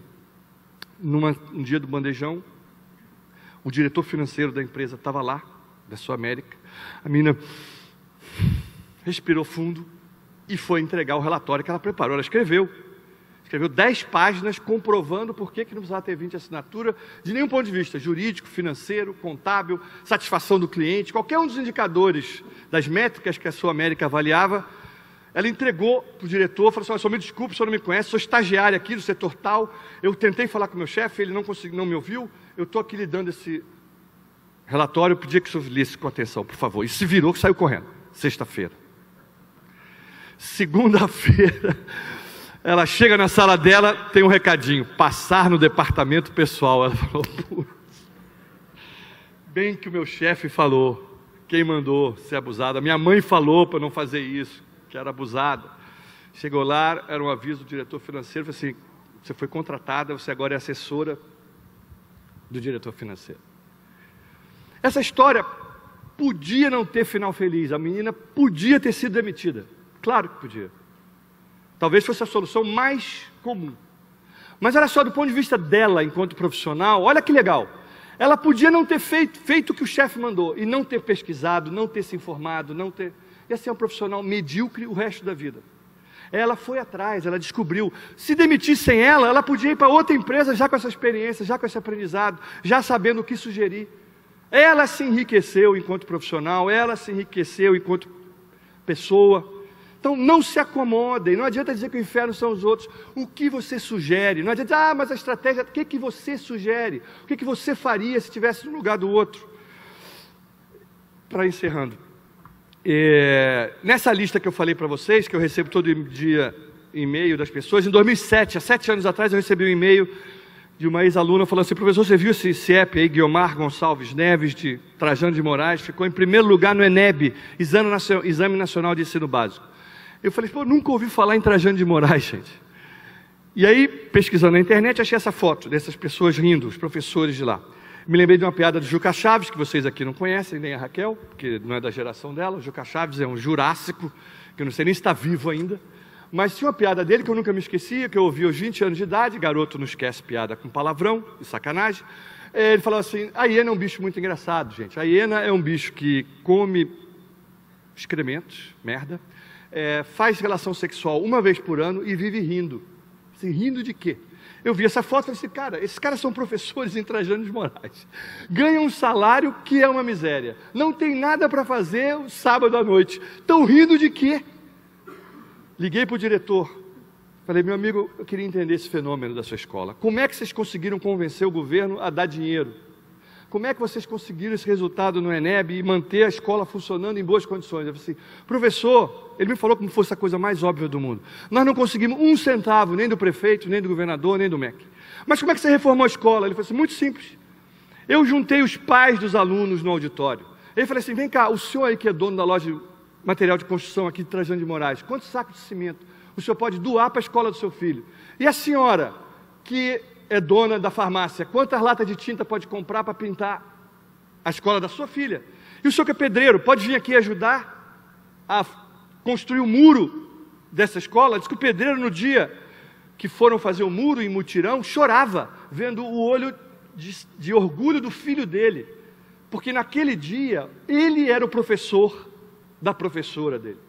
A professora estava lá fazendo cimento, ele, não, professora, a senhora tem que botar um pouquinho mais de cimento. Isso, agora vira aí. E aí o garoto orgulhoso de ver o pai dele ensinando para a professora.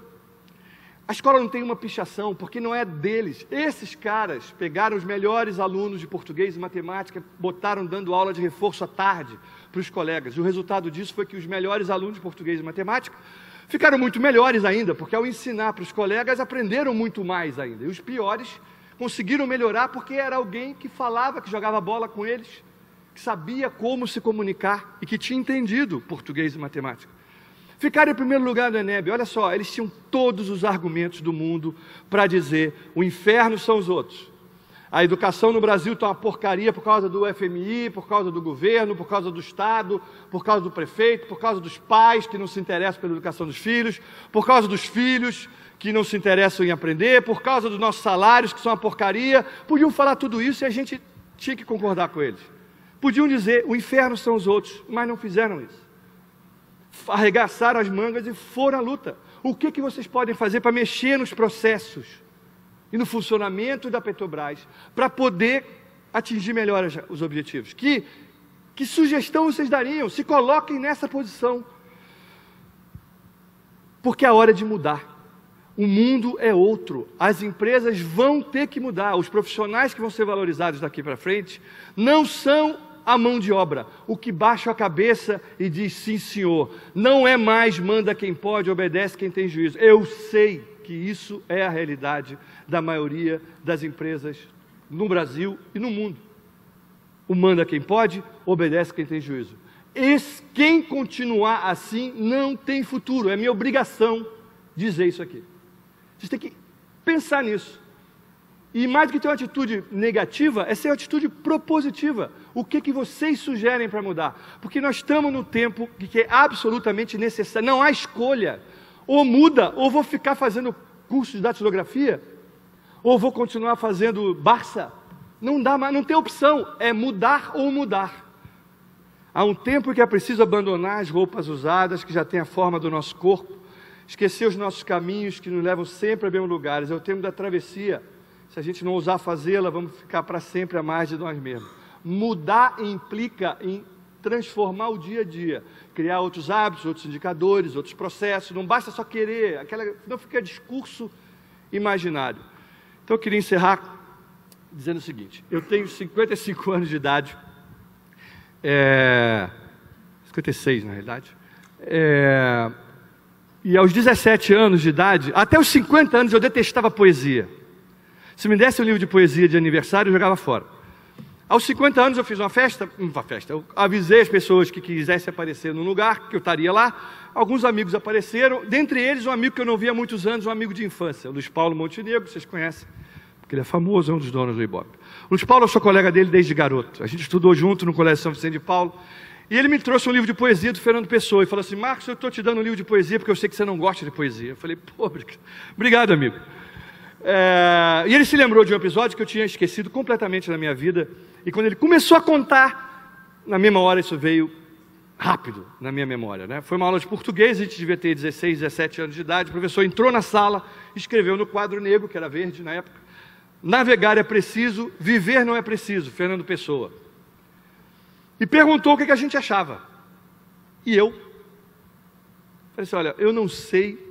Na hora que ele começou a falar qual era a minha resposta, eu completei a frase dele, porque me veio na cabeça. Você falou assim: Marcos, eu não sei quem é esse tal de Fernando Pessoa. Foi exatamente assim que eu falei. Aí eu completei a frase. O Luiz Paulo não precisou completar. Mas ele é um idiota. Eu não sei quem é esse tal de Fernando Pessoa, mas é um idiota. Porque eu não sei se navegar é preciso. O que eu sei, 17 anos, que eu quero viver. E muito. E todos os meus colegas queriam também. E aí o Luiz Paulo me falou agora, 6 anos atrás, falou: Marcos, engraçado, quando você falou aquilo, eu falei assim: pô, não tem nada a ver. Não é isso que o Fernando Pessoa está dizendo, gente. O Luiz Paulo me contou agora, só agora. Ele falou assim: para mim, o que ele estava dizendo era assim: navegar é preciso. Eu tenho uma bússola, eu olho para o céu, eu vejo exatamente onde eu estou. Viver não é preciso, é impreciso. Eu falei assim: pô, Luiz Paulo, genial isso. Pode. A gente pode interpretar assim. É para isso que existe a poesia. Para te provocar várias visões. Se eu conversar com a Raquel, eu vou ouvir: putz, legal. Se eu ficar fechado, se eu não discutir, se eu não criar espaços de troca entre as pessoas, um ambiente onde eu vá, em alguns momentos, não é o tempo inteiro, provocar a discussão e a interação entre as pessoas, eu vou ser uma empresa que vai morrer. Eu tenho que ter espaço para ver gestão do conhecimento, para ver conhecimento, para ver produção de conhecimento na empresa. Eu tenho que ter esses espaços de troca, onde diferentes visões sobre aquele assunto não é que vão se confrontar no sentido de brigar, é no sentido de discussão. E vamos construir o consenso, vamos construir o que a gente acha que é possível. Então, eu acho que, bom, era isso. Não quero estender demais para dar tempo da gente poder debater um pouquinho. Obrigado.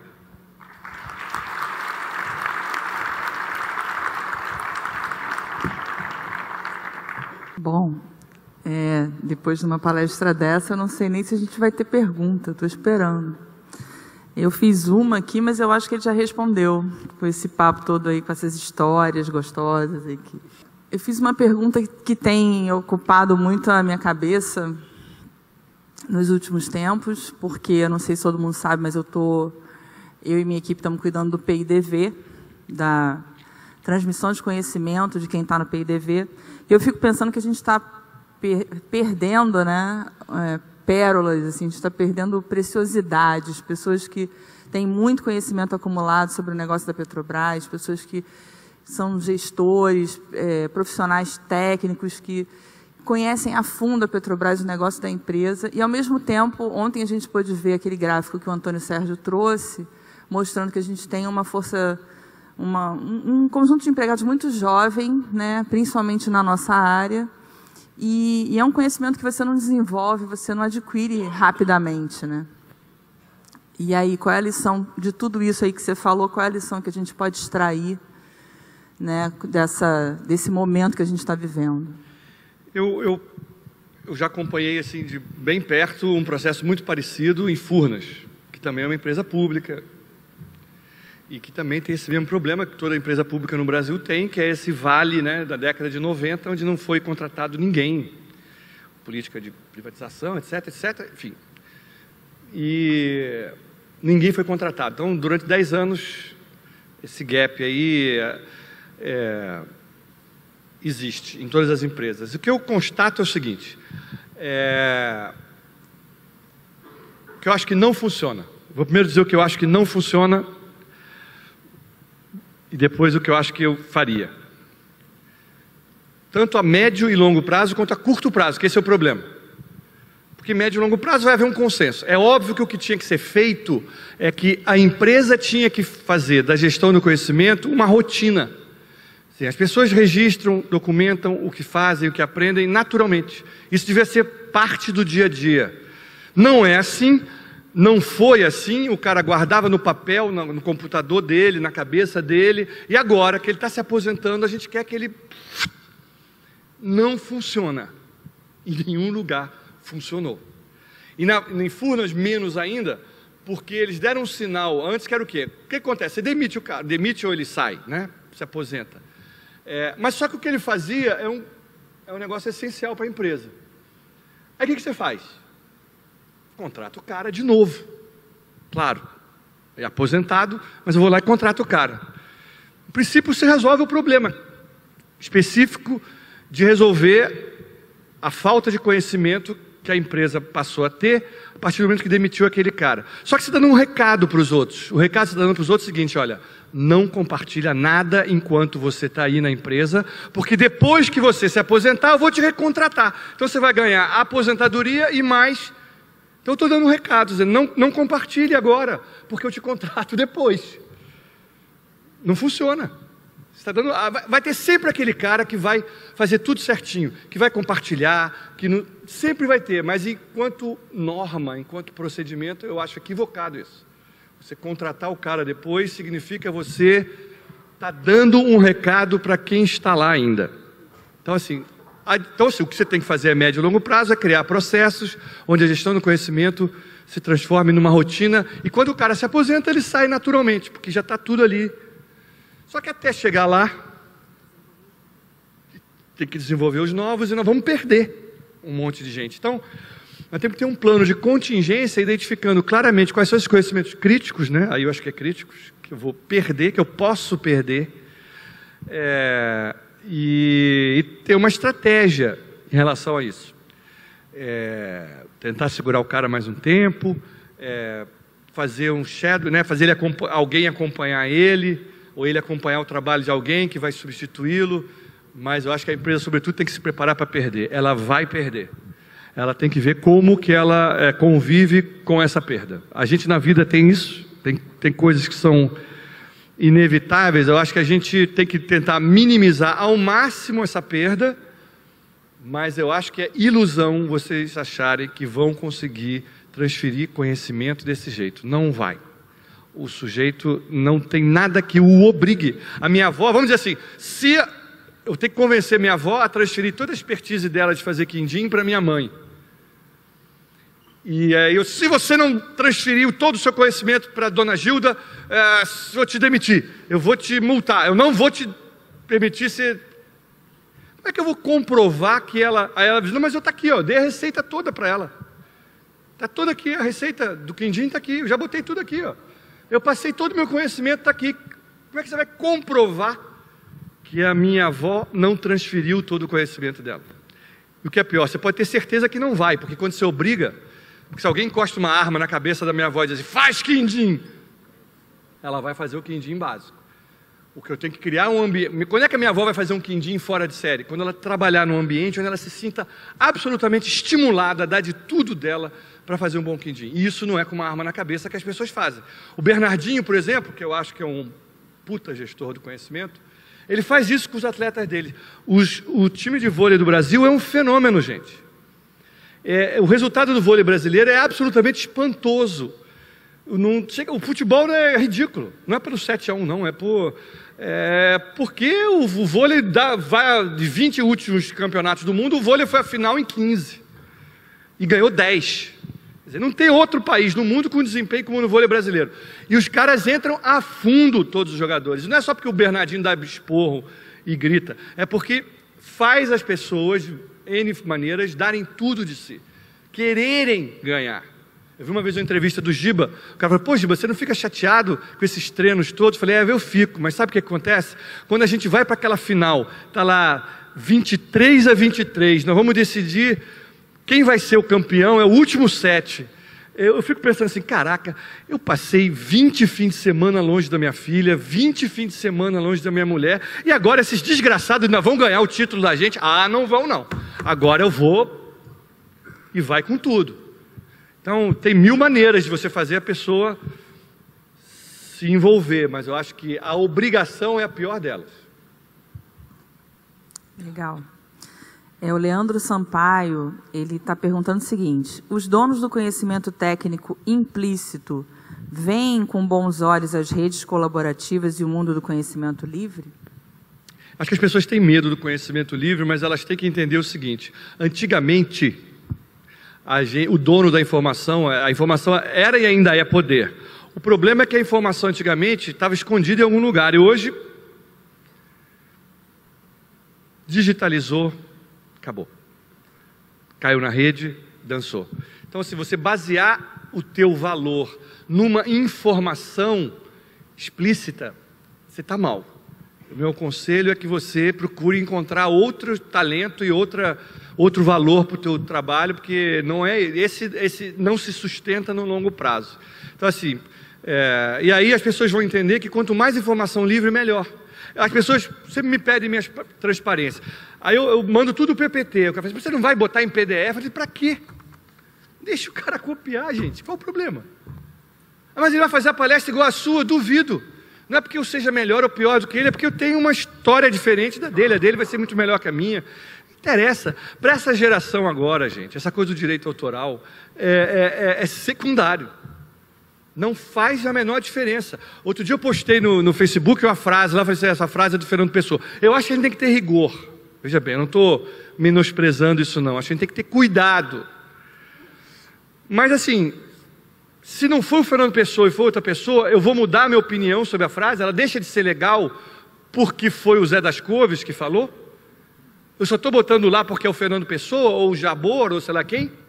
A gente tem que parar com isso, a gente tem que parar de olhar a casca e passar a entender o conteúdo. Isso é que é a diferença. O profissional do século XXI é um cara capaz de pensar com a própria cabeça.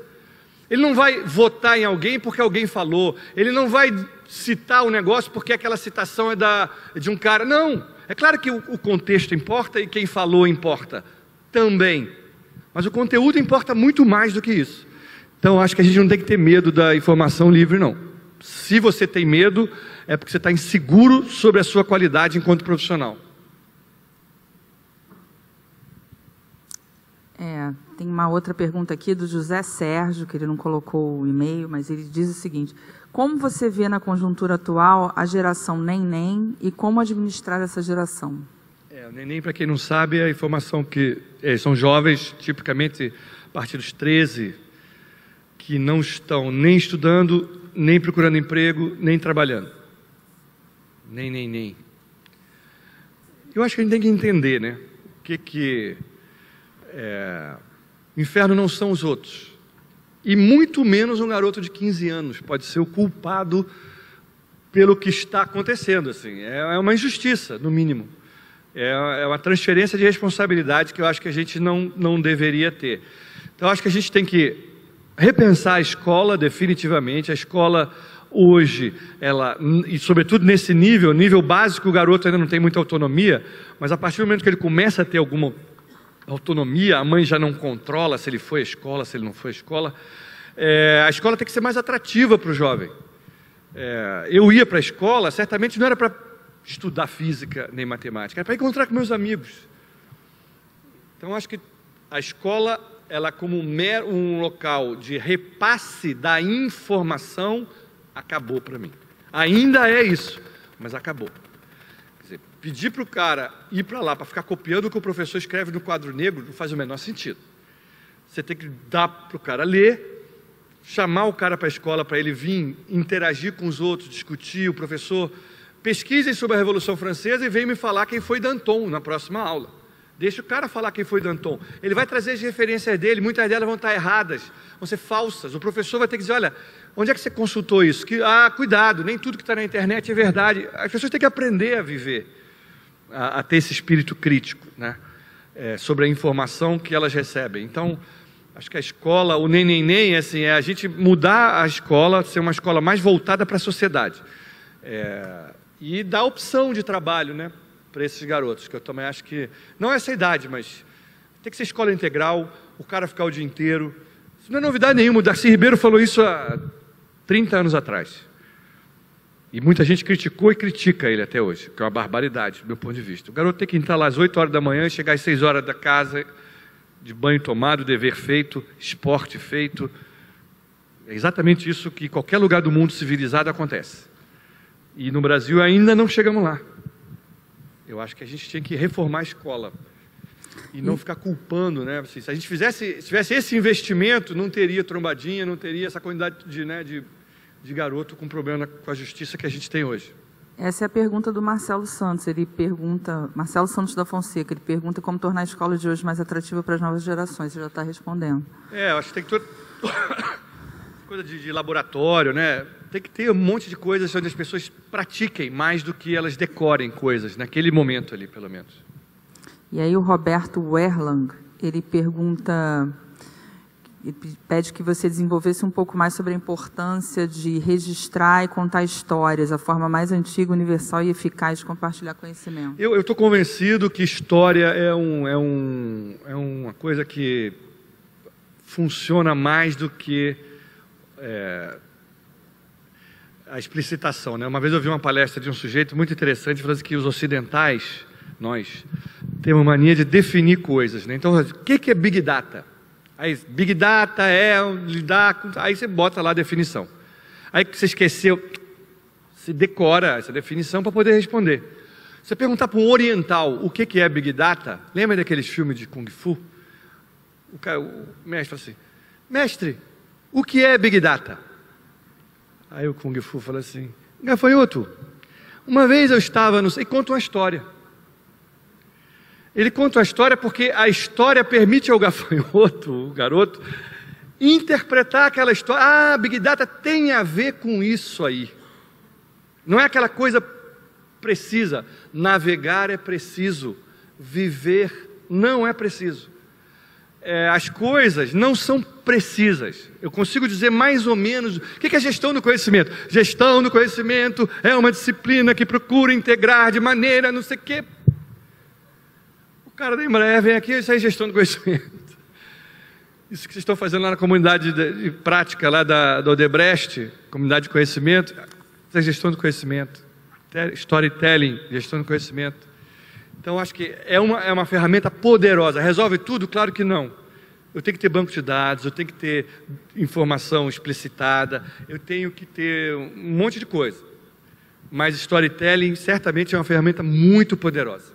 Uma vez eu vi um projeto da Petrobras, que era na área de SMS, lá segurança, o projeto Pegasus. Não sei se alguns aqui já ouviram falar, mas...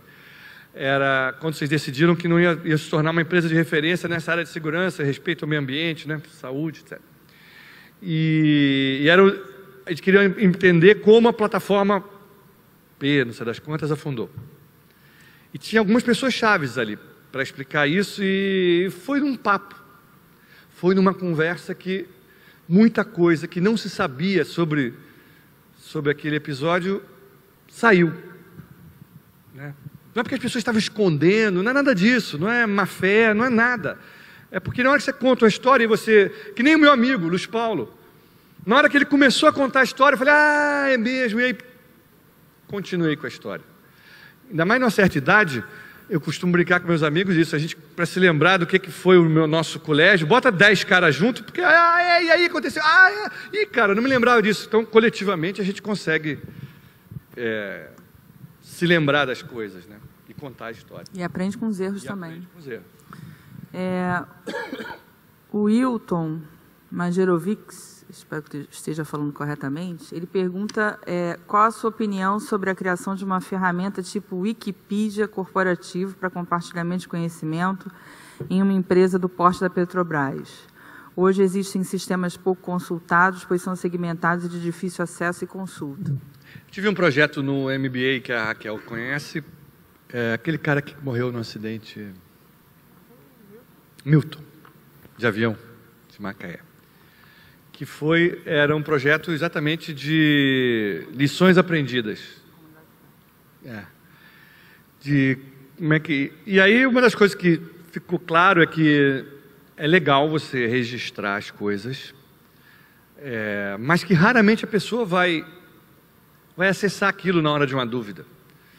Então, acho que assim, a ferramenta Wikipedia, respondendo concretamente, eu acho que sempre é útil. A questão é se é esse o esforço que você tem que fazer nesse momento. Vou contar uma historinha, mais uma vez.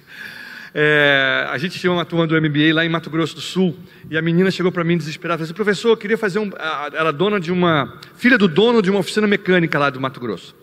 E ela queria fazer o projeto final do curso. Eu pensei em fazer um projeto de mapeamento de competências. Eu quero mapear quem são os mecânicos, que competência ele tem, isso aqui é bom para consertar a Fiat, isso aqui é bom para tal problema no carro.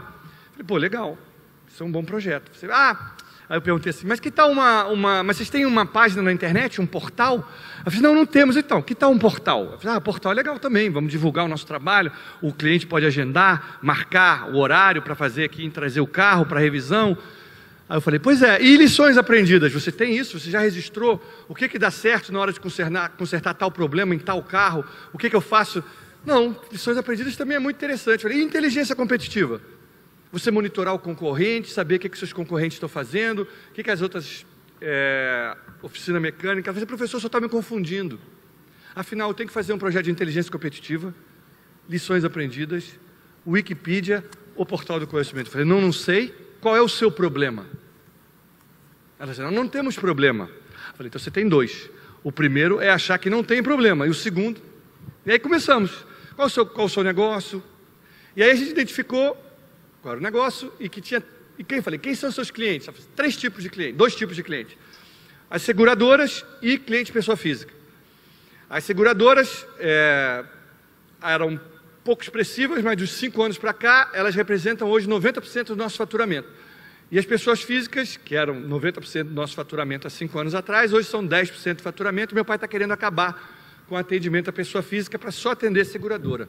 Aí eu fiz a terceira pergunta. A primeira, qual foi o negócio? Quem são seus clientes? E a terceira pergunta que eu fiz foi assim, qual a margem que você tem com cada um? Eu falei assim, margem? O que é isso? Eu falei, bom, temos um problema.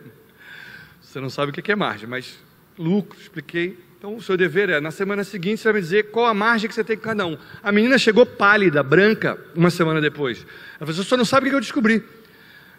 Nós temos 3 seguradoras. Com a seguradora A, nós estamos trocando dinheiro. O que ela nos paga, cobre os custos que a gente tem. A gente não ganha nada com ela. Com a seguradora B, nós estamos, que é o maior volume, nós estamos perdendo de 5% a 10%. O que ela nos paga não cobre nem nossos custos. E com a seguradora C, nós estamos ganhando 5%. Eu falei, e com os clientes particulares, qual é a margem? 90%. Eu pergunto para vocês, qual foi o projeto da menina? Hein? Pois não foi inteligência competitiva, não foi mapeamento de competência, não foi o Wikipedia. Ela simplesmente renegociou todo o contrato dela com as seguradoras. Quem não topou o reajuste de preço, ela dançou e botou foco nos clientes particulares. Um sucesso. O pai da menina quase se ajoelhou na formatura dela, agradecendo. Salvou minha empresa. Então, assim, qual o problema que a Wikipedia vem resolver? É um problema percebido pelos funcionários? É uma necessidade? Pode ser só de uma parte, não tem problema. Mas eu tenho que identificar qual o problema, porque senão as pessoas não vão ver valor naquilo. As pessoas têm que ver valor, senão elas não vão investir tempo, que como o cara da Embraer disse aqui, é o nosso recurso mais escasso. Então é fundamental isso. Qual é o problema que vocês têm que resolver? Eu suponho que vocês têm um grande problema de integração de um monte de informações. É uma empresa muito grande, vocês certamente têm silos de informação que não se falam, não se comunicam. A Wikipedia pode ser uma ferramenta que ajude a isso? Pode.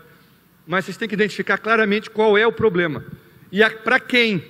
Porque aí vocês vão identificar o valor e para quem tem valor. E tem um patrocinador, tem alguém que banca isso. A Raquel conhece bem quais são os fatores críticos de sucesso de um projeto de gestão do conhecimento. Mas eu acho que a questão básica do Wikipedia ou qualquer outro projeto é um valor para quem? É um problema para quem? Brincadeirinha, diz que um político se elegeu, um ano depois ele foi para a praça pública e fez um discurso. Há um ano atrás, quando eu assumi essa prefeitura, estávamos à beira do abismo. De lá para cá, demos um passo adiante. Fazer o Wikipedia, no caso dessa oficina lá, reta, essa oficina mecânica, os caras estavam na beira do precipício. Fazer inteligência competitiva, mapeamento de competência ou lições aprendidas era dar um passo adiante. Era gastar mais dinheiro numa coisa que não ia resolver o problema da empresa. Então é investir tempo, recursos financeiros, tempo das pessoas, uma coisa que vai atender necessidade ou não? Essa é a pergunta que eu faria. Bom, eu vou fazer a última, derradeira. É uma pergunta do Marcelo. Diz o seguinte: sua palestra nos coloca que gerir conhecimento depende da igualdade das relações humanas. Acho que é isso. Da qualidade das relações humanas, que por sua vez depende do afeto. Como estimular isso no meio corporativo? É um problema seríssimo, eu acho. Você tocou num ponto muito importante, assim. Qualidade e a outra palavra que você se enganou era qual? Igualdade. As duas coisas têm que ter. Uma estrutura hierárquica funciona em determinadas situações, por exemplo, na fábrica da Embraer. Não dá para você não ter horário, as pessoas têm que chegar lá todo mundo para montar o avião, para no final do dia o avião estar montado, senão não sai o avião. Tem uma linha de montagem ali, não tem jeito. Já o trabalho mais intelectual não precisa ter esse mesmo tipo. Então, tem que ter flexibilidade e tem que ter afeto. O contrário do amor não é o ódio, ao contrário do que as pessoas acham, é a indiferença. Para mim, o maior problema das empresas é a indiferença. As pessoas, os gestores, não conseguem mobilizar as pessoas, tê-las de corpo e alma no trabalho, porque ainda estão num paradigma do mando e do controle. Elas acham que as pessoas só reagem a obrigações e ameaça de punição ou a estímulos financeiros. E isto não é verdade. Isso influencia? É claro que sim, mas não é tudo. O que faz um professor de português numa escola da periferia de São Paulo fazer o que ela fez tem nada a ver com dinheiro, nada a ver com mando e controle, ameaça de que vai ser expulsa. Não vai acontecer nada com ela, não vai acontecer nada comigo, gente. Se eu não aparecer para dar aula na COP, se eu não fizer nada, não vai acontecer nada comigo, nada. Não acontece com meus colegas. Na COP isso não existe, não é porque eu sou da COP.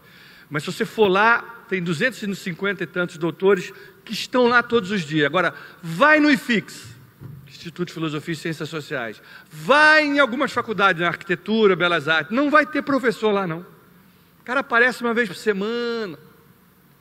Não acontece nada com eles. E vão ficar pé da vida se souberem que eu falei isso aqui. Mas é fato isso. É fato. Então assim, não é pelo mando e controle só que as coisas funcionam. Eu tenho que conseguir mobilizar as pessoas.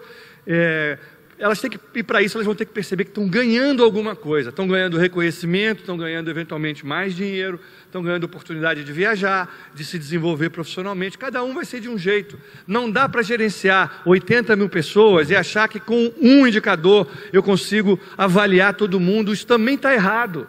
A gente tem que ter coragem de avaliar as pessoas na diversidade delas. Eu adoto, para não falar dos outros, vou falar de mim. Eu li uma vez um texto do Deming, que é um dos pais da qualidade total, um americano que passou anos no Japão, trouxe todo o conceito lá da qualidade total para os Estados Unidos, e ele era professor do MIT. E ele falava assim, eu só dou 2 notas. Um escândalo, porque o MIT não admitia isso. Eu só dou 10 e 0. Porque eu não me sinto capaz de julgar como é que um cara é 5 e o outro é 5,5. Ou o outro é 7,5 e eu não tenho condição. Porque não é um conhecimento, não é assim, eu dou uma prova de 10 questões, o cara acertou 5, tirou 5. Não. As perguntas não são igualmente importantes. A Raquel e o Marcos não chegaram do mesmo jeito aqui.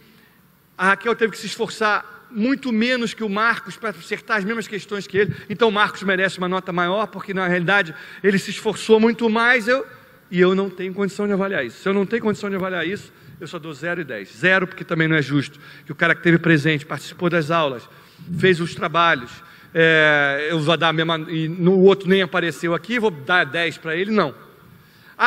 O que podia acontecer? Os alunos, sabendo disso, iam lá, faziam qualquer coisa. Sempre foi o professor mais bem avaliado. Ele conseguia mobilizar as pessoas, apaixonar as pessoas, e dando 10 para todo mundo. O cara falava na primeira aula, só, quem vier, vai ter 10. Então é só participar. E todos faziam muito mais do que isso. Então, esse mistério, a gente tem que... Mas a gente tem que... Eu sei que tem que avaliar, tem que fazer um monte de coisa. Eu não tenho resposta para tudo, mas eu acho que a gente tem que começar a buscar essas novas respostas. Pelo menos isso, né? Assim, um indicador só para todo mundo não é razoável. Mando e controle resolve para algumas coisas, mas para a maioria das coisas eu tenho que ter gestão da diversidade, gestão... Não é assim, não avaliar. Tem que avaliar. Eu tenho que saber se o cara sabe, mas eu avalio na prática, não só fazendo prova, né? Só para encerrar, eu acho engraçado, só para vocês pensarem. Uma vez eu perguntei para uma menina de RH, que era diretora de RH de uma grande empresa aqui no Brasil, e que organizava processos seletivos, super elaborados, entrevistas, um negócio sensacional. E que errava. Contratava o cara, 6 meses depois, o cara se mostrava inadequado para o posto. E ela não entendia por quê. Eu falei, olha só, você é casada? Eu falei, sou, ela falou. Falei, como é que você fez? Você tinha, como é que é o nome desses documentos? Assim, especificação de requisitos.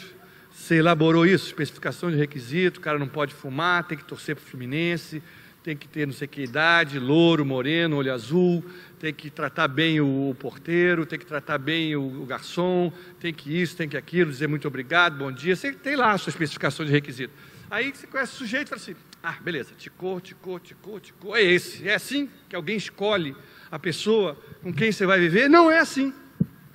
E é uma coisa muito mais importante que escolher um cara que vai trabalhar com você. E você admite a subjetividade na hora de escolher o cara que vai conviver com você no dia a dia, né, muitos anos da sua vida, algum tempo da sua vida, ou toda a sua vida inteira. Por que a gente numa empresa, sabe por quê? Porque a gente tem que dar satisfação para o chefe. Dizer, não, contratei esse cara porque ele se formou em Harvard, mas é um idiota, mas está aqui o diploma. Eu tenho como comprovar por que eu escolhi ele. Não pode dizer assim, eu gostei dele, eu achei ele legal. Por que não? Por que não? Assuma a responsabilidade também quando você errar, né? Então, a gente tem que admitir subjetividade nas coisas. Muito legal. Tem outras perguntas aqui que eu vou passar para você. Depois ele responde, manda por e-mail. Gente, eu queria agradecer a quem mandou pergunta, a quem ficou até agora. E eu queria agradecer ao professor Marcos por ter feito essa costura aí das palestras de hoje e ter trazido essa brilhante palestra para a gente. Obrigada. Valeu, obrigado.